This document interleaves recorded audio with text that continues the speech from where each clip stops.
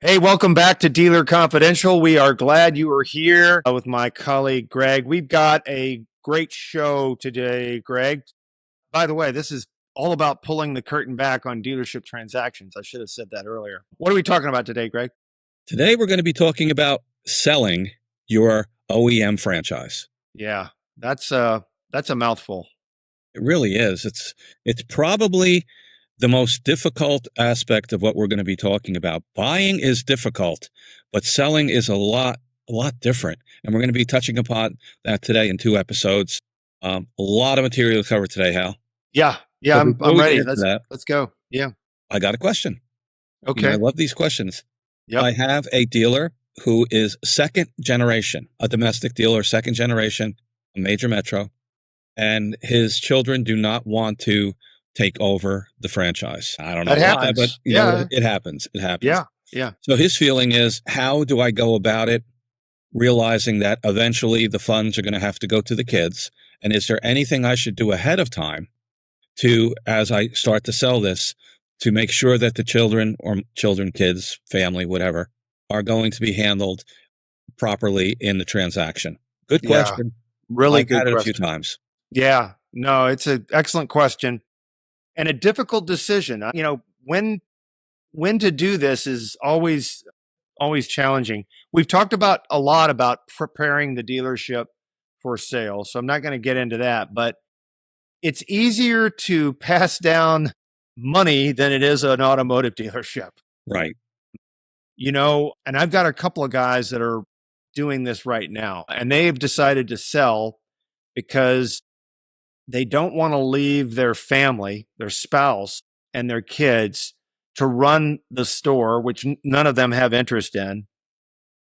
So they're going to go to market. We're going to liquidate the store, and they're going to be able to put that financial proceeds into money earning accounts and get it passed down successfully. You got to sell to a qualified buyer. And then do the kids trust the qualified buyer? Does the wife trust it's just really tricky. It's much easier to equitably allocate resources that are liquid than when they're tied up into a very expensive franchise OEM dealership. Okay, so let's talk about it today then. Okay, You know, now today's when to do that is, that's a personal thing. I can't tell you when to do it. well, None maybe of none of us are, nothing's guaranteed, right? right. Tomorrow's not Maybe guaranteed. we could talk to Seth and our other lawyers about whether in this case he should set up a family trust in advance so that all of the communications and all the contracts and everything else go through the family trust, and maybe even shift over the ownership to some sort of trust. But we'll talk about that in today's episode. And to that point, Greg, I'm glad you brought that up. I mean, it could be that if you're not ready to sell, but you don't have a succession plan, you put in place what happens if something does unforeseen occur, an accident, a death, illness. So you don't actually liquidate the store, but you have a plan in place with your spouse or your kids, whoever it may be, that this person and this attorney, they are the trusted ones. We're already vetted, we're already qualified, and there's a process that we put in place to get to the end, right? To get to the whatever the goal is, right? You don't have to actually sell it because you could live another 10 years. But you have a plan, a predetermined plan and a course of action that when this happens, do these 6 things. Absolutely. You know what? That took up segment one almost, because segment Well, one we were going to be. but these are the Yeah. I mean, segment one was just talking about legacy, talking about value, and talking about timing. So I think with that one question that one of our fans asked, I think we handled a lot of that, which is pretty good. But we'll get coming back to it for the rest of the podcast because there's a whole bunch of stuff to talk about. Well, the important thing when someone says to me, "Hey, what's the first step?" It's determining your goals, right? It's all about the seller goals, the timing of the goals.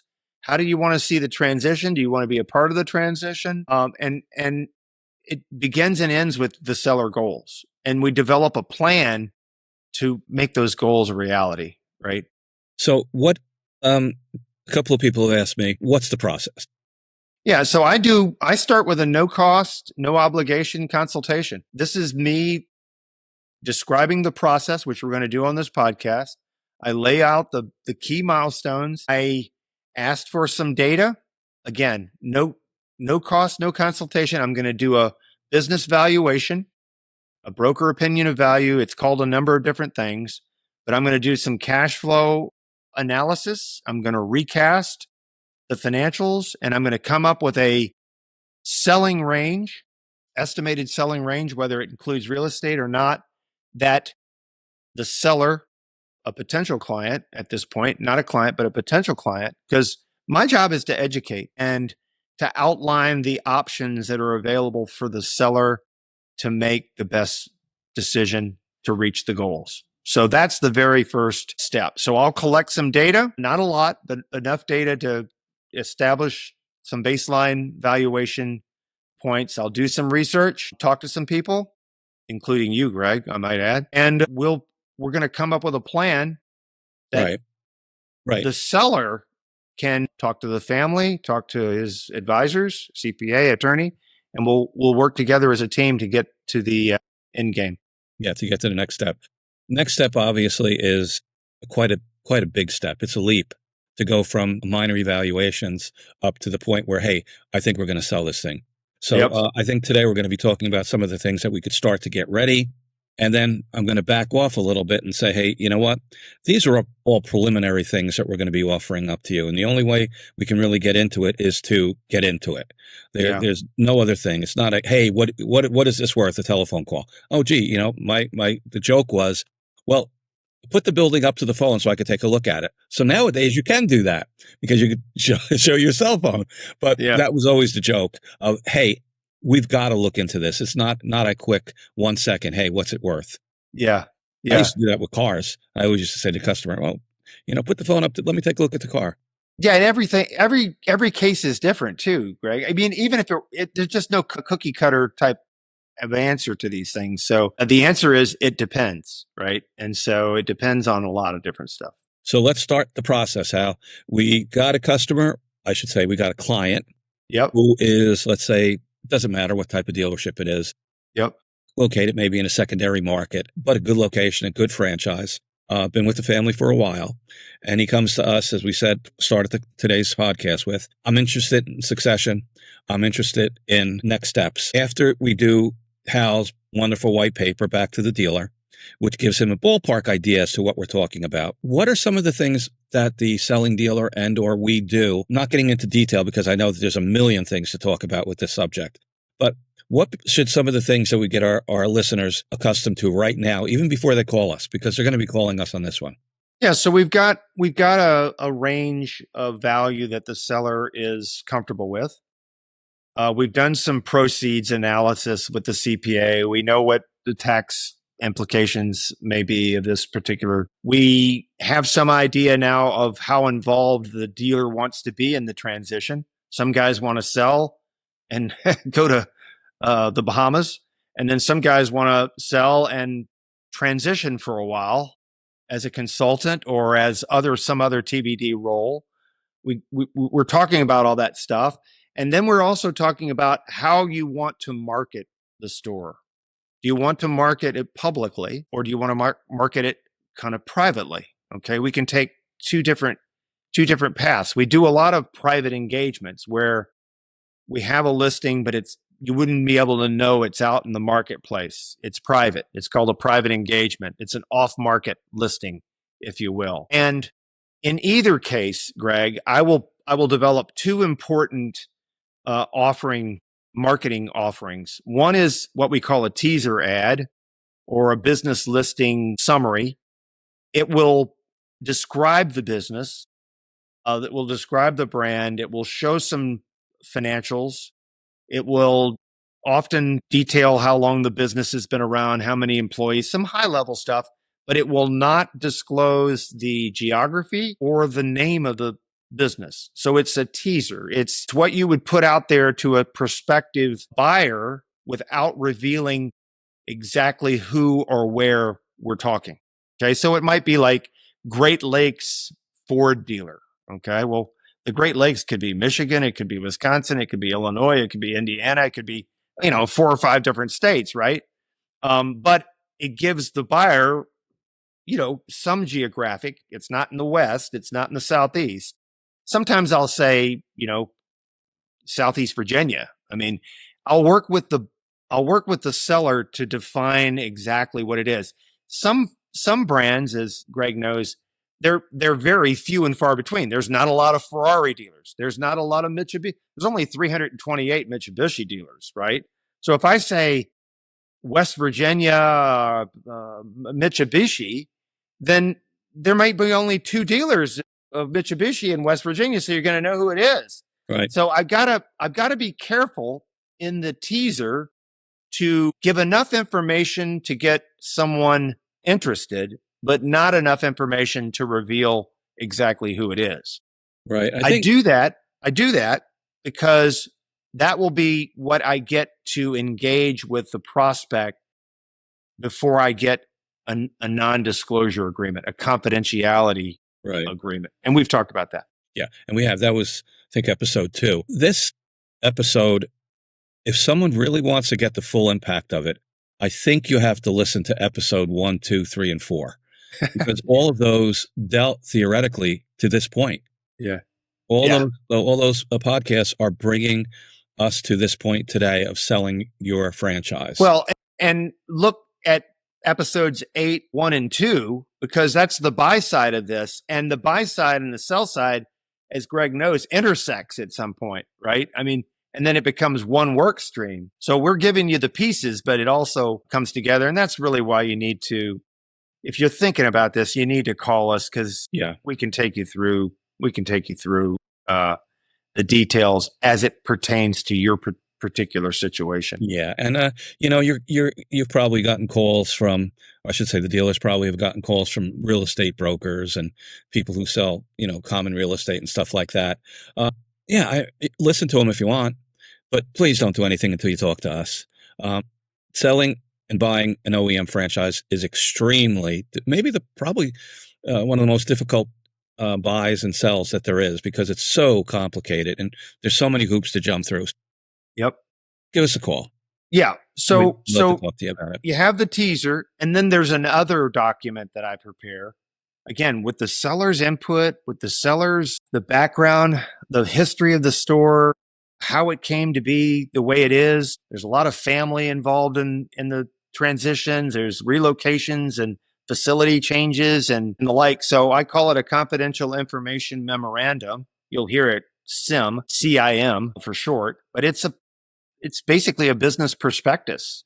It tells the story of the business. It hopefully, if it's done right, reveals the value drivers of the business. What do I mean by value drivers? We had a podcast on this. It's the management team. It's the brand. It's the social media report card. It's the facility. It's everything that makes up the goodwill of the dealership. I'll describe this. And importantly, in that prospectus, I will build the rationale for the asking price. Okay.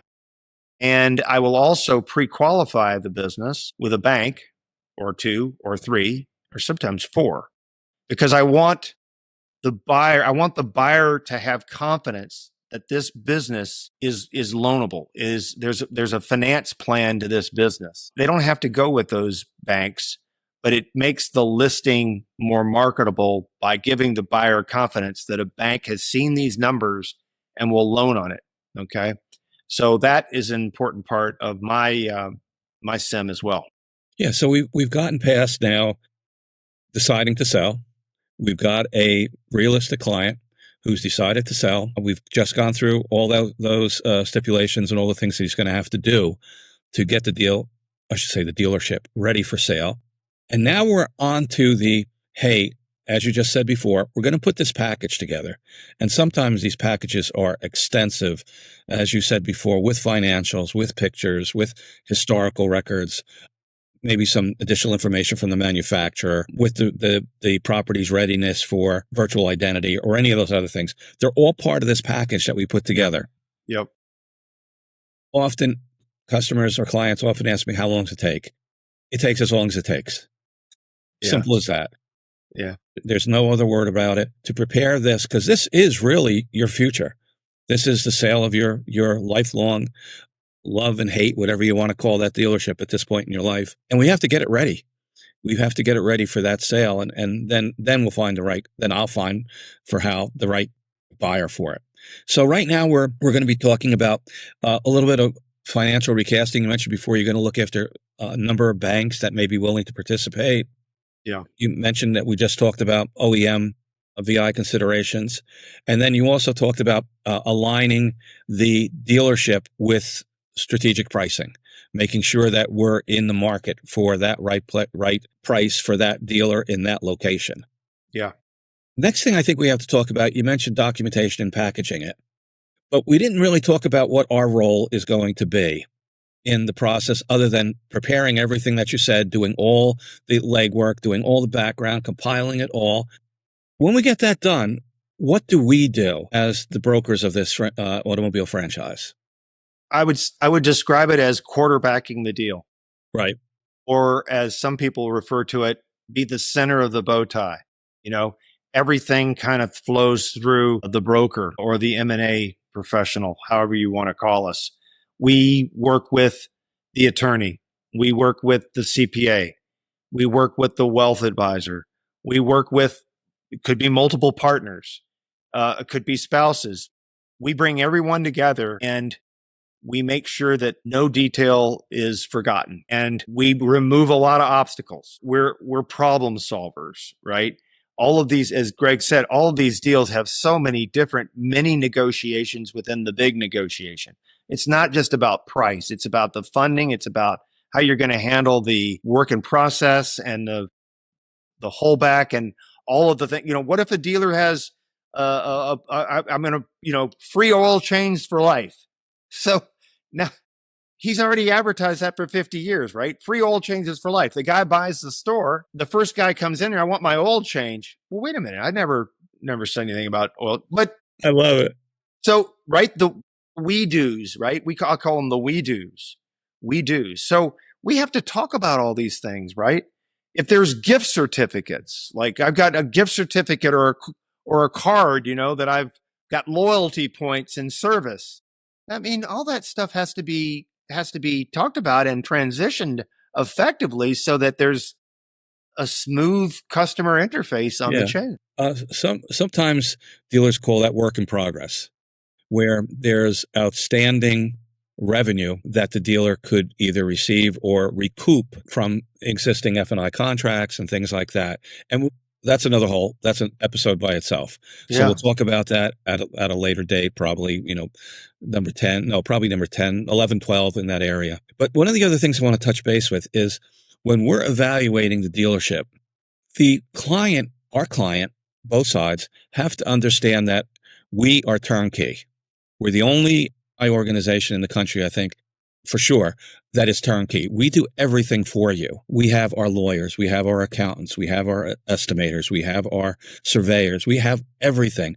So when a client signs with us, they're not signing up with Hal and Greg. They're signing up with Hal and Greg and 50 other people that we have in our staff and that we work with to put the best deal and package together. Yeah. There's no one else that can do that for you. So I want to give everybody today comfort level, realizing that to start the process is just that. It's a start of the process. You give us the keys, we'll open the door and we'll take care of everything for you. Because a lot of guys, Hal, are saying, I'm not familiar with this. I don't feel comfortable. How many times have you heard a dealer say, I don't feel comfortable doing this? Yeah. I can't even tell you how. Literally hundreds. Yeah. We take all that away. We make the dealer, and more importantly, Hal, you mentioned it before, we make his family and or his wife and or his husband, depending on who owns it, and the kids and the hierarchy. We make them feel comfortable with this transaction, because if they're not comfortable with the transaction, it's not going to happen. Yeah. There will be roadblocks in place. It's end to end. It's beginning to ending, and really after closing. I mean, we'll get in there after closing and can help if the new dealer wants. We've got consulting services, post-closing consulting services that we can help the dealer launch effectively. Yeah. So it's end to end and it's custom.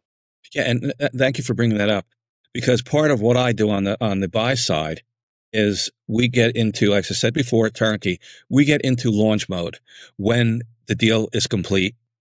We don't run away. We don't say have a good life dealership. What we do is we stay with you. I stay with you. Hal stays with you. And what do? We arrange for the successful transition of management personnel. We arrange for the training of these people if they have to be retrained. We arrange for the advertising. We'll arrange for transferring over the CRM tools and everything else that are Pay required by that. plans, pay Yeah, plans. I mean, pay there's everything. just, yeah, there's insurance, there's dealer management system changeovers. There's just hundreds of things. Yeah, and so that's what we do. And again, people that I don't know what to do. You don't have to. We'll walk you through it, and we'll give you a comfort level, and we'll make sure that you and your family are handled properly through the whole transaction. Again, we're not real estate brokers. We're business brokers. We're licensed business brokers, and we know how to handle this. So give us the opportunity. We'll talk a little bit about that in the next couple of minutes. How we got about 8 minutes left in today. I think we may have to take this through another episode, maybe Yeah. episode 9-2, Yeah. part It'll be 2, a 9. because We'll we do a haven't 9 touched too. upon so much yet. Yeah. But before we do that, we got about 6 minutes. Let's talk about, you mentioned before, letter of intent. We're not going to get into that too much because we talked about that in another episode. But we got to talk about the NDAs, which are extremely important. That was episode 3, I guess. We talked about NDAs. Right now, this is going to be extremely important that we negotiate a successful NDA with all of your vendors, all of your staff, your family, your providers. So, Hal, can we talk about that for the next 5 minutes or so? Yeah. Yeah. So we've got these marketing packages assembled. We've had some discussion about how we're going to market. Are we going to be covert or overt? And we go out. There's a lot of different networks that we use to get this teaser out, right? They don't know who it is or where it is, but they know it's, a Ford store in the Midwest. And Greg and I will socialize this listing and get the right targeted buyers to look at it. Okay. Now, not all of them will connect, but there will be some that connect. And in order to get more information, to Greg's point, we'll need a non-disclosure agreement, an NDA for short, or confidentiality agreement, as it's sometimes referred to. And that will basically signal to the buyer that the information that they're about to receive is not public, and it should be treated as sensitively and confidentially, not shared with any party outside of his direct advisor group, right? And it can be a mutual. We talked about this. It can be a mutual NDA because there's going to be information shared from the business to the prospect, but also from the prospect to us and the seller in terms of qualifications, right? Because we're not going to waste anybody's time. That NDA is, hey, I'm interested in the business. I want to know more. We're going to be asking some questions back that says, are you in the business? How many years? What are you doing now? What positions have you held? Do you have sales effectiveness, market share? How's your CSI?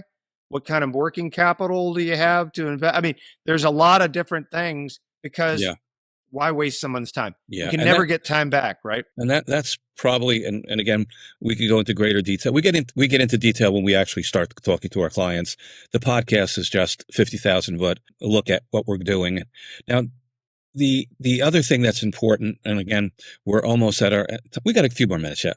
We're almost to the point where we're going to be talking about profiling. Profiling, not buyers. Yes, to buyers, but we're going to have you fill out, when you become one of our clients, an extensive profile as to who, what, where you are, and everything really about you. Your history, your life history, your assets, your friends, family, everything, recommendations, referrals, all of this stuff. And you're saying, but I'm the one who's selling. Why do I need all of that? Well, simply you need all of that because you need to get and give the prospective buyer a comfort level that this deal is for real, and he's not going to spend X number of dollars hiring us and hiring all the lawyers and everyone else and realizing that we get to the point where there's not a deal here. He doesn't own the property. There's problems with it. There's this to that, whatever. So part of what we're going to be talking about in section part 2, which will be next week's broadcast, is going to be profile. What potentially is in the profile? I mean, we have the profiles that we can, talk a little bit about. We won't get into too much detail, but it's something to start thinking about for the next couple of minutes as we end up part 1 of this show. Yep. Is who am I? Who is this store? What about it? Who owns this store? Where's the family? Is there other assets in this store that we didn't really talk about? You got to give us all that information, because with the better information, you come better bids for the business. Yeah. You mentioned an important one. Family members. Like, how many family members are in the business? Are they staying? Are they leaving? Relationships with partners. Are those on good? Are those on a good? How about this, Hal? How about the guy, remember recently, where the grandfather left each of the kids 10% of the dealership, and everybody forgot about that. And it was like, what? And we had to find that out later. And that was almost a critical point. Yeah. That was almost critical. And one of the first things the buyers ask is, why are you selling? Right. And I can tell them, and Greg can tell them, but they want to hear it from the seller himself, because there's an authenticity to that that's really important. So when you say, I mean, and some it's like the guy's 80 years old and he's retiring. Okay, well but when you're 55 and you're selling, why are you selling? It gets a lot of scrutiny when the younger you are and you're selling. Yeah, definitely. So the one word that I like that you use quite often is filter. What we do is filtering. And maybe for the next minute or so, let's talk about that. What is a filter and how we get through that? Well, we're an absorber, right? So we're in the middle. I said the center of the bow tie. So we filter. There's things that the buyer can tell us that he couldn't tell the seller. And there's things that the seller can tell us that he couldn't tell the buyer, right? So we are an absorber. We are a shock absorber. We are a filter. We never misdirect. Don't get me wrong, but we can package information in such a way as it makes the parties come together, if that's in fact what they want to do, right? It's all about reaching the seller's goals. But you know what? And Greg will tell you this because he represents a lot of buyers. If the buyer doesn't win too, there is no deal. There's no deal without the buyer and the seller both winning. This is the way it is. So we will filter and we will assimilate and we will absorb information so that both parties reach their goals. And that is it for... Are we out of time? Yeah, it's 9. Yeah, we're out of time. That went by fast. Well, we didn't. Yeah, we were about now we're kind of at the negotiation. So yeah, we'll pick it up there. We'll start pick up the next one. Because we got to talk about the OEM and everything else too. Yeah, we'll do part 2 for next week. And one thing I want to I'll remind you of, when you see the podcast, you see our QR code. You could scan that and that will go right into our dealerconfidentialpodcast.com landing page. You can go into it separately, which is obviously www.dealerconfidentialpodcast.com. That's our landing page. On there, we talk about looking at past podcasts. We talk about sponsorship. I've gotten a couple of requests they want to sponsor and they want representation on the podcast because we're doing so. It really is going very well. Thank you for everybody for participating in it. So dealerconfidentialpodcast.com, sign up, get Hal's white paper, get all access to all of our podcasts, and at the same time also get other information that we're going to be sending out via email. Or you want to talk about the show that's going to come up? Go ahead. Yeah, no, we're going to be breaking here in a week or two and taking your questions. We're going to do a podcast just on your questions. So get to that landing page, sign up, sign in, let us know what you're thinking. We're gonna feature that in a podcast, and we'll do nothing but audience questions. And we'll also, again, if you want to be on the podcast, we'd love to hear from you. We'd love to hear your story about how you bought or how you sold or what happened. If you're a lender, we want to hear from you or an attorney. We want to make this podcast interesting, enlightening, and productive for you. So we want please engage with us. We want to hear about Grandpa, huh? Who in 1930 bought this franchise. Yeah, great. We love it all. Okay. Absolutely. DealerConfidentialPodcast.com. Do it. Register. Love to have you on board. Thanks, everybody. Yeah. Thanks for joining. You got it.